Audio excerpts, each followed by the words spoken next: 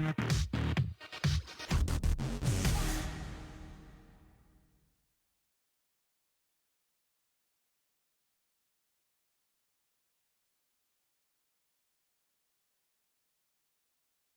was the day before Scout launch, and all through the EVs, not a leak or render was appearing, not even a peak. When what through the European press should appear, but a rumor of a VW North America CEO firing and a Scout hybrid engine. Hey guys, it's the day before the big Scout EV reveal, and while I think petrol and EV heads alike are going to rejoice tomorrow given the possible inclusion of a hybrid option, here's my list of likely features in no particular order based off of recent footage and Scout's heritage commitment. Not a feature, but likely news nonetheless, if not a one more thing moment. News that the factory build out is slightly ahead of schedule and mostly done by the end of December, with production now on schedule for late 2025. This is a guess and is based off of everything being pretty quiet to date, but maybe no news is good news. As well, EV or hybrid option available for order. I'm hearing rumors of this online. We'll see from various German press outlets. Also, I think based off of the images that I've seen, and I'll show that here, blowing the picture up, but unique windshield wipers designed for maximum visibility and a stock to operate them probably. And I think that's going to go along with a fold down windshield. Front bench seat option in both the truck and the SUV. The seat pulls up for console access potentially. Digital retro gauges with navigation and off-road data front and central in front of you, not in a central screen so much like on a Rivian or a Tesla. Scout branded charge ports or a Scout branded charge port gas cap. We see that in the image here in homage to yesteryear. Full NACS compatibility at launch, no surprise there since Volkswagen has already headed down that direction. Sold at VW dealerships and direct to consumer. So two options there. I think that will be pretty interesting. Keep in mind the Scout and the second generation Scout 2 were produced in Fort Wayne, Indiana as two-door trucks with removable hardtops with options of a full-length roof, half cab, pickup, and or soft top.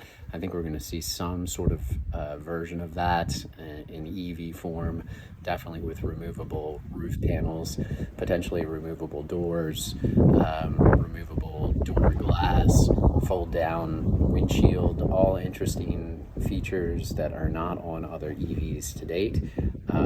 So gotta differentiate yourself in the market, which is getting crowded. Don't want to be exactly like Rivian, certainly don't want to be anything like Tesla. They want to be very different and stay true to their original form. I think it's possible that we might see a partnership with an outdoor store like REI. I think we're obviously going to see off-road height and tires, accessories like mud flaps and that sort of thing, but also some hips on this thing. I think it'll be interesting. Smaller and cheaper than either Rivian model, the S or the T, and larger than a Tesla Model Y. Of course, a retro aesthetic throughout in pickup or SUV form, to include patterned seats, which I think began with the International Harvester and vehicles like the Bronco, picked up on later on. Staying true to their heritage, removable roof panels like the original removable door glass panels, fold down optional third row in the SUV. Again, Scout one of the first to ever offer something like that. The fold down windshield, as I mentioned before, that's going to be like the original, but also unique to EVs today. I think we'll also see a variety of different paint scheme options that go from solid colors to different livery options that are going to make things look pretty lively. And then I think we're going to see a 2 or 4 door option on the vehicle with lots of accessories at launch. continued support for the enthusiast community, which has been, huge to date, and similar to the original Scout 80 designed by Ted Aron, going from thought to premiere in 2 years' time. That was something that was unique to Scout, and now I think we're going to see it again with the EV and this potentially this hybrid engine option. And I think above all, I think we're going to have a guaranteed hit and much needed one for VW in 2026. The other thing that I'm going to add is that the naming convention, I've been really kind of focused on trying to figure out what that's going to be, but it was a long-standing International Harvester tradition to start sequentially numbered products at 501. The FC on the FC 501 indicated Fort Wayne Works.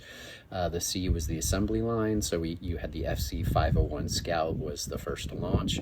I think we might see the EV 501 and perhaps the HB 501 for a hybrid engine. And then the 502 might designate a SUV or a truck. But anyway, really, really interesting stuff to come. We're less than 24 hours away from launch, so I'm super excited about that. And stay tuned.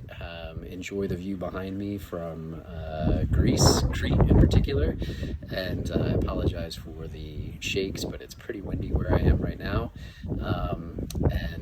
Anyway, more to come and a reaction tomorrow.